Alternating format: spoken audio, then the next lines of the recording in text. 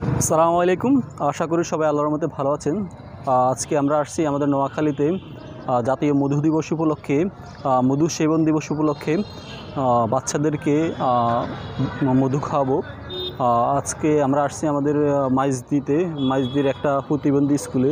প্রতিবন্ধী বাচ্চাদেরকে মধু খাওয়ানোর মাধ্যমে আমরা মধু দিবসটি উদযাপন করব। আজকে আমরা আসছি নোয়াখালী বুদ্ধি প্রতিবন্ধী ও অটিস্টিক বিদ্যালয় জেলা শিল্পকলা একাডেমির এই স্কুলে। এটা শিল্পকলা একাডেমির পাশে এই স্কুলটা, আমরা সেখানে আসছি। এটা হচ্ছে আমাদের শিল্পকলা একাডেমি নোয়াখালীতে।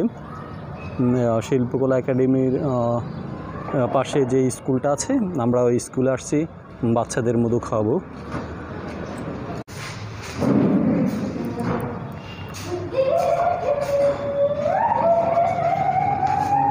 আচ্ছা, আমরা এখন ওদের একটা প্রোগ্রাম আছে, ঠিক আছে? আমরা খুব শর্টকাটে শুরু করবো। এদেরকে জাস্ট বুঝিয়ে আপনারা ইয়ে করে দেন, বকু দিয়ে দেন।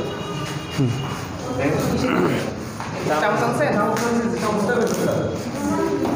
আচ্ছা, ওদেরকে কোনো মানে ম্যাডাম যদি মানে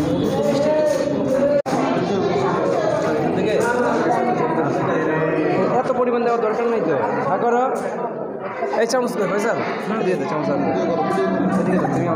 হ্যাঁ, খাও খাও খাও খাও খাও।